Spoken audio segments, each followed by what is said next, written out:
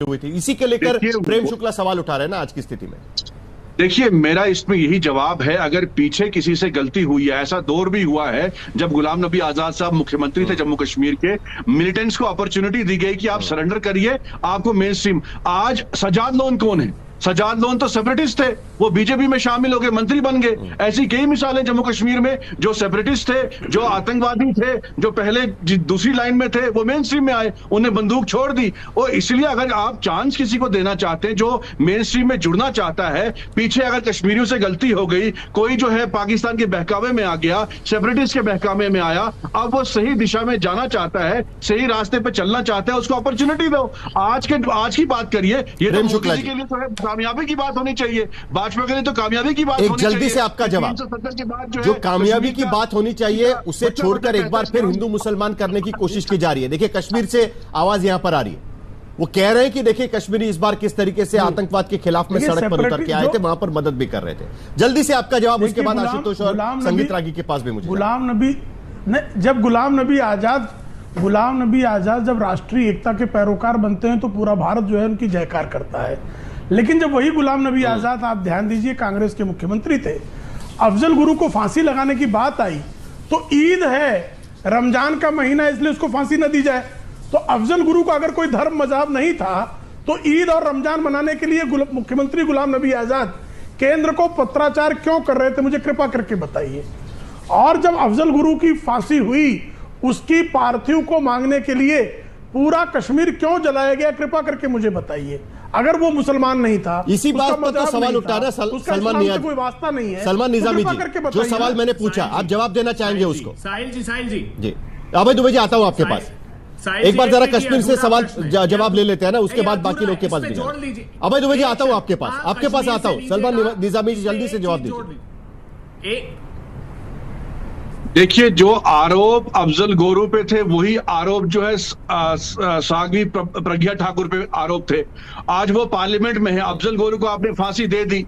आज के टाइम पे तो उसको कोई समर्थन नहीं मिल रहा है कश्मीर में, आज कौन उसकी बात कर रहा है? आज आप आज की बात करिए। अगर पिछले, मैंने पहले भी कहा, पीछे अगर कश्मीरियों से गलतियां में आए, अगर वो चेंज चाहते हैं, वो तब्दीली चाहते हैं, वो चाहते हैं कि हिंदुस्तान की मेन स्ट्रीम में हम जुड़े, हमें शक की नजर से ना देखा जाए, हम आतंकवाद का समर्थन नहीं करते। गलत कौन कह रहा है भाई? उसको अप्रिशिएट करना चाहिए। आज आप गलत कौन कह रहा है? हिंदू के लिए अपनी जान दे दी, प्रशंसा नहीं कर रहा है, एक्सेप्ट कर रहे हैं। आज आपको कोई विकल्प ही नहीं मिल रहा है। आज आप कह रहे हैं अल्लाह अकबर किसी ने बोल दिया, उसको हम शक की नजर से देख रहे हैं। आशुतोष, 26/11 का हमला हुआ था, जरा एक मिनट, जरा टॉपिक पे एक नई चीज लाना बहुत जरूरी है। देखिए, 26/11 का हमला हुआ था, आशुतोष आपको याद होगा, इस पैनल में बैठे हुए सभी को याद होगा, 26/11 का हमला हुआ था, तब भी इसी तरीके से चुन चुनकर निशाना बनाया गया था। तब तो जू इंस्टॉलेशंस को भी ढूंढा गया था मुंबई में और उस पर हमला किया गया था। आतंकी आए थे पाकिस्तान से, सिमिलर टाइप का हमला जिस तरीके से कहा गया पहलगाम के बारे में। लेकिन तब भी यह चर्चा इतनी बड़ी पैमाने पर नहीं हुई थी। आज की स्थिति में यह चर्चा काफी हो रही है, बार बार यह पूछा जा रहा है कि हिंदू पूछकर हत्या की गई। 26/11 में भी ऐसी हुआ था आशुतोष, तो आज स्थिति कैसे बदली? आज यह चर्चा ज्यादा क्यों हो रही है? देखिए साहिल, इस पूरे मसले पे अगर हम उसको बहुत संक्षेप में देखने की कोशिश करेंगे, संकीर्ण तरीके से देखने की कोशिश करेंगे, तो शायद जो पाकिस्तान का जो षड्यंत्र है, साजिश है, उसका शिकार होंगे।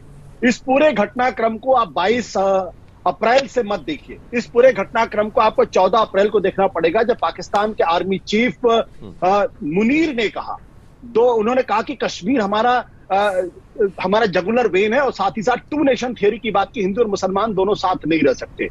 उसके बाद 22 अप्रैल को पहलगाम के अंदर लोगों का धर्म पूछकर उनका कत्ल किया गया।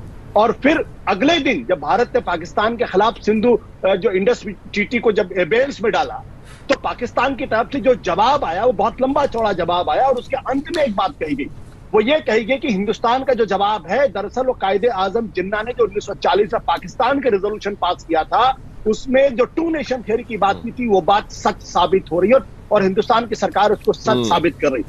अगर आप इन तीनों को जोड़कर देखेंगे, तब आपको समझ में आएगा कि दरअसल ये कत्ल एक बहुत बड़ी साजिश का हिस्सा है, हिंदुस्तान के मुसलमानों को प्रवोक करने की साजिश है, हिंदुस्तान के अंदर बड़े पैमाने पर दंगे फैलाने की साजिश है। इसलिए जो भी, चाहे भारतीय जनता पार्टी के लोग हो, चाहे कांग्रेस के लोग हो, चाहे किसी भी दल के लोग हो, उनको ये समझना पड़ेगा कि अगर वो आज भड़काऊ बातें करेंगे तो हिंदुस्तान में पाकिस्तान की साजिश को कामयाब होते हुए देखेंगे। यह महज इत्तेफाक नहीं, मैं बार बार इसको कह रहा हूं, ये महज इत्तेफाक नहीं है। हमें पाकिस्तान ने जो हरकत की है उसका जमकर जवाब देना होगा, देंगे।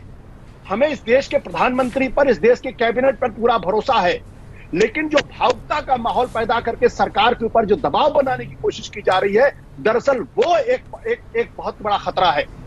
भारत सरकार को तब पाकिस्तान के ऊपर हमला करना चाहिए, पाकिस्तान के ऊपर जवाब देना चाहिए, जब हम पूरी तरीके से तैयार हो और ऐसा निर्णायक अटैक हो कि उसके बाद पाकिस्तान पर समझ ना पाए कि उसके साथ क्या हुआ। लेकिन ये जो धर्म के आधार पर लोग जो टेलीविजन स्टूडियो में और टेलीविजन स्टूडियो के बाहर जो लोग भड़काने की कोशिश कर रहे हैं, युद्धोन्माद पैदा कर रहे हैं, दरअसल ये लोग भारत के असली दुश्मन है। क्योंकि ये पाकिस्तान की साजिश को इस देश के अंदर कामयाब होना चाहिए। मैं इंद्रेश कुमार को कोई महत्व नहीं देता। इंद्रेश कुमार जैसे न जाने कितने लोग इस देश के अंदर घुमा करते हैं जो धर्म के नाम पर लोगों को गुमराह करने की कोशिश करते हैं। हमें इस देश की सरकार पे, देश के प्रधानमंत्री पे, देश के कैबिनेट पर पूरा भरोसा है कि जो भी फैसला करेंगे समझ के कहेंगे, ठंडे दिमाग से करेंगे। और यही बात तो ऑल पार्टी मीटिंग में तय हुई थी ना कि इस तरीके की चीज होती है तो उसको रोक दिया जाएगा। लेकिन आयरनी की बात देखिए, बहुत इंपॉर्टेंट इंटरेस्टिंग बात है संगीत रागी जी, कि आज ही खबर आई है कि भारत सरकार ने तालिबान को ब्रीफ किया है। अफगानिस्तान की सरकार ने, तालिबान सरकार ने कहा है कि जो कश्मीर में हुआ वो गलत हुआ है, तालिबान को ब्रीफ कर रही है। कश्मीर में जो टेररिज्म फैलाया जा रहा है उसके खिलाफ तालिबान को ब्रीफिंग दी जा रही है, और यहां पर हम लोग इस तरीके की बात कर रहे हैं। ये एक आयरनी नहीं लगती आपको? एक अलग ही चीज यहां पर नजर आ रही है संगीत रागी। साहिल जितना धैर्य से आपने आशुतोष को सुना है, जरा मुझे भी सुन लीजिएगा। कश्मीरियत 1971 में जब पाकिस्तान को परास्त किए हैं उसके बाद ये टर्म प्रयोग में आया है। उसके पहले कश्मीरियत शब्द कहीं भी नहीं आता है। अज्ञानियों को हम क्या बताएं, कश्मीरियत जैसा शब्द कहीं भी नहीं पहले आया है। आप टी.एन. मदान का वर्क पढ़ लीजिएगा तब बता देंगे। 14वीं शताब्दी से लेकर के 19वीं शताब्दी तक कश्मीर के अंदर सूफियों तक ने जजिया लगाने का प्रस्ताव पारित किया है, और कत्लेआम ही कत्लेआम हिंदुओं का हुआ है। इसलिए यह मत कहिए कि कश्मीरियत के अंदर एक सिंक्रेटिक ट्रेडिशन था, वो आज भी जारी है। ये दूसरी बात मैं कहना चाहता हूं। तीसरी बात, ये बंद कर दीजिए कहना कि इस देश में गंगा जमनी तहजीब रही है। इस देश में गंगा जमनी तहजीब रहती तो पाकिस्तान विभाजन नहीं होता और आज मुर्शिदाबाद से हिंदू भागे नहीं होते। मैं तीसरी बात कहना चाहता हूं, कश्मीर के अंदर जो हो रहा है वो इस्लामिक आतंकवाद है, और जो पश्चिम बंगाल के अंदर मुर्शिदाबाद में हुआ है वह भी इस्लामिक आतंकवाद है। जो लोग इस्लाम की थियोलॉजी को नहीं जानते हैं और पैन इस्लामिज्म को, इस लिहाज को नहीं जानते हैं, वो सब इसको सियासत के तौर पर देखने लगते हैं। चौथी बात मैं कहना चाहता हूं, इस देश का विभाजन में जितना हिस्सेदार, यदि जिन